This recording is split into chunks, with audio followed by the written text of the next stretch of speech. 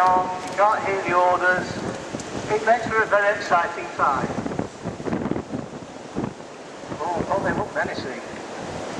Right, gun captains, can you raise your hands please, gun captains? How's your gun captains, Tom and Christine? God help us. Okay, right.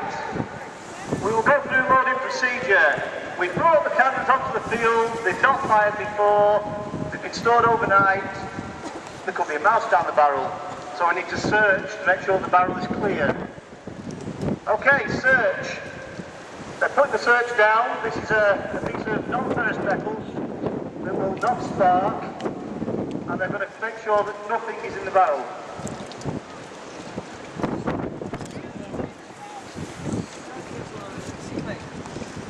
I don't know if you can hear them, but when they bring two out of the barrel, they shout clear. That tells the gun captain that we're good to go to the next stage.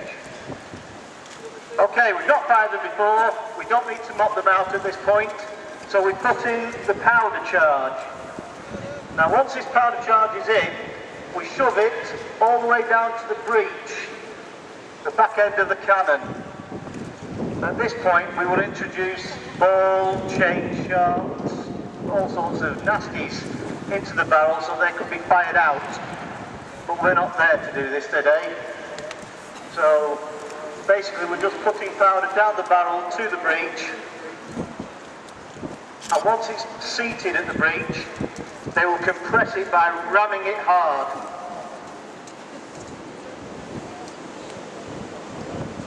Okay, you can see them ramming the charge down.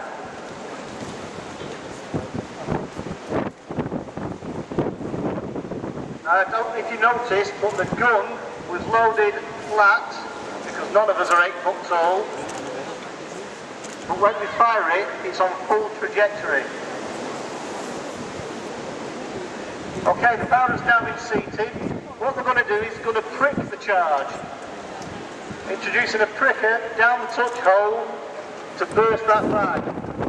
Once that's done, they will put more powder down the touch hole onto the charge, and that's what they use to ignite the gun. Our charges are in plastic bags for safety. Otherwise we'd be loose loaded in this weather. Okay, they've now pricked and primed. They've put the priming charge on top of the main charge. We're ready to fire. So I'm going to move backwards out of the way. Okay, on my command. Have a care! Give! Fire!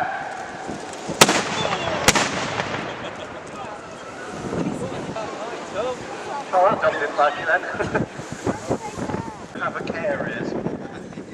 And now as we stand here or watch, the Royalist army is coming onto the field of battle, having been up to the memorial in the centre of town, led on by the King's Guard, part of the Oxford Army of the Sealed Knot, with their colours flourished in front of the army. And they are being followed by various other regiments as they come onto the field. This gives me an opportunity to explain to you those troops that you see at the front there with the long wooden, those are the pikemen that I've been talking about. They are the pikes, the long poles, and the armour that you can see is a back and breastplate and a heavy helmet, and they are being followed by musketeers who are carrying a smoothbore gun which is fired by means of a piece of smouldering cord which is known as match, and that is used to light the gunpowder. Much the same as you just watched the artillery crews using a piece of the same match to fire their artillery pieces. The term "a flash in the pan" comes from the muskets and the pistols of this type, because the external powder, which is used as the means of essentially firing the piece,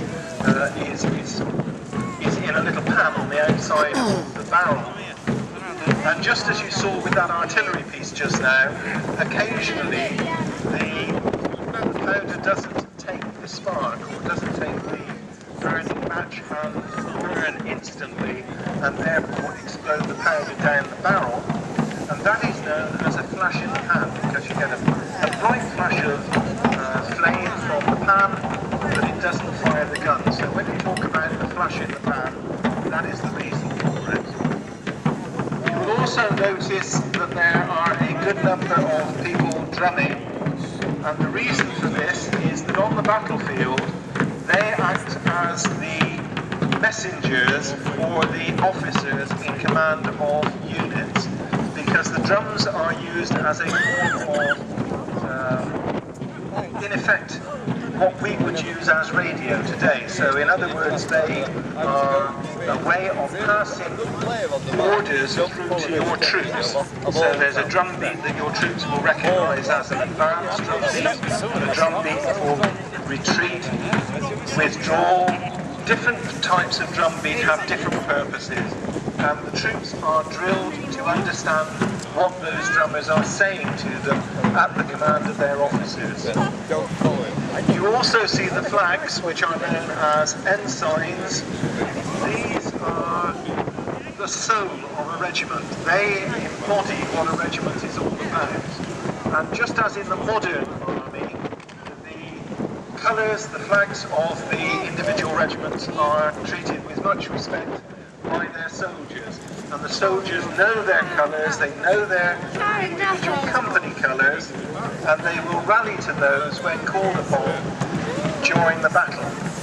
They are also used as a means of taunting the enemy, and we will probably see some of that in a short while. So you see that many of the colours are very different, but many of them have a cross of St George in the top corner nearest to the flagpole.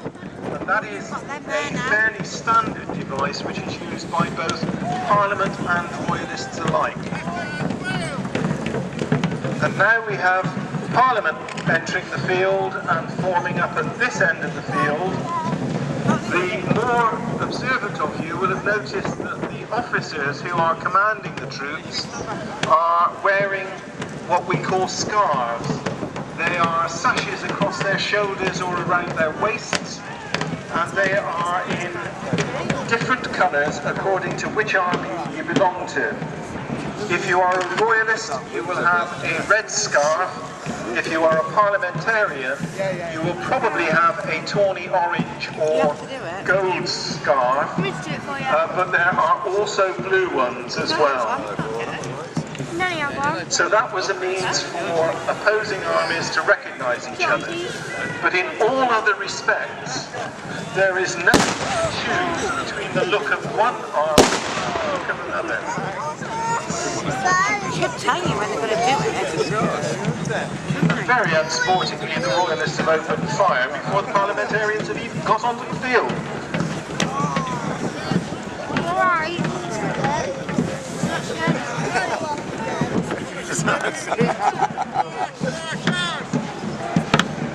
And as we wait for the remainder of an extremely large parliamentarian force to come onto the field, I'd just like you to remember that this is brought to you today by the Round Table, and therefore they are looking for donations towards the costs of it. It is also being sponsored by the membership of the local cooperative.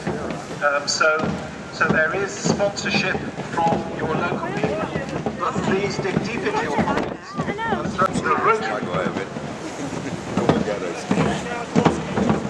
And so now you see the colours out in front of the armies, and they are beginning to be flourished by the officers who are carrying them, who are themselves known as ensigns. They have to be experienced and brave soldiers.